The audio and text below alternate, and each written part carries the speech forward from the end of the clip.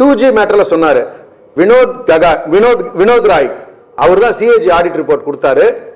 அவரு பின்னால எங்கெங்க இருந்தாருன்னு சொல்ல 2016 2018 சேர்மன் ஆஃப் பேங்க்ஸ் போர்டுக்கு பிஜேபியால் நியமனம் செய்யப்படுகிறார்.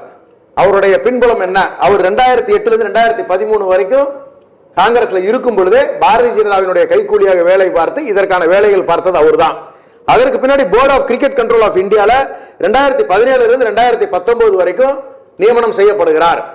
அப்ப பிஜேபியோட எந்த அளவுக்கு நெருங்கிய தொடர்பு வச்சிருந்தவர் தான் இந்த சிஏஜி ஆடிட் ரிப்போர்ட்டை கொடுத்தார். ஏன் இதை நான் சொல்ல வரேன்னா, அந்த ஆடிட் ரிப்போர்ட் கொடுத்தது அவர் சரின்னு ஒருவேளை வாதமிட்டு கொண்டிருந்தால், இப்ப நான் ஒன்னு கேட்கிறேன். இப்ப பாரத் மாலா திட்டத்துல 18 கோடி ரூபாய்க்கு per கிலோமீட்டர் போட்டதை 250 கோடி ரூபாய்னு நார்த்ல யூபியில கணக்கு எழுதியிருக்காங்க. அதே சிஏஜி தான் வந்து அதை அப்ஜெக்ட் பண்ணியிருக்குது.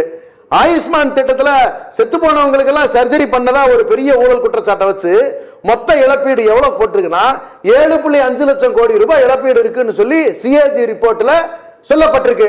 அப்ப இதுக்கு ஒன்றிய அரசின் மீது எல்லாரும் நடவடிக்கை எடுக்கணுமா இல்லையா? இதெல்லாம் பிஎம்எல்ஏக்கு தெரியாதா? இது ஒண்ணு. இதை நான் தெளிவா சொல்லிடுறேன். அப்ப எதற்காக பயன்படுத்தப்படுகிறது என்று சொன்னால், உண்மையாக நடக்கின்ற ஊழல்கள் மீது, தவறுகள் மீது எந்த நடவடிக்கையும் பிஎம்எல்ஏ எடுப்பது கிடையாது அப்படிங்கிற சொல்லிட்டு நிறைவு கருத்தை அவனை சொல்றேன். இவர் சொன்னாரு அங்க போராட்டம் நடந்துச்சு, இவங்க அப்படி ஹேண்டில் பண்ணாங்க இப்படி ஹேண்டில் பண்ணாங்க. நான் சொல்றேன், ஒரு ஆட்சி தன்னுடைய 5வது ஆண்டு காலத்தை நோக்கி நடந்து கொண்டிருக்கிறது.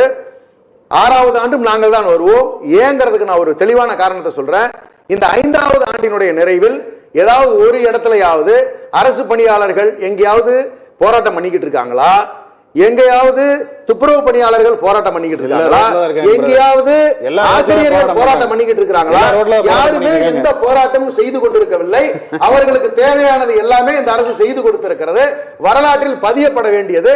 ஆனா இதே நீங்க 2021 மிக மோசமான நிலையில அரசு ஊழியர்களை கூப்பிட்டு கூட பேசாம வச்சிருந்தீங்க. இன்னைக்கு கூப்பிட்டு பேசி டாக்ஸ் திட்டம் முதற்கொண்டு இல்ல நான் பதிவு பண்ணிடுறேன், அவர் சொல்றதா சொல்லிட்டாரு.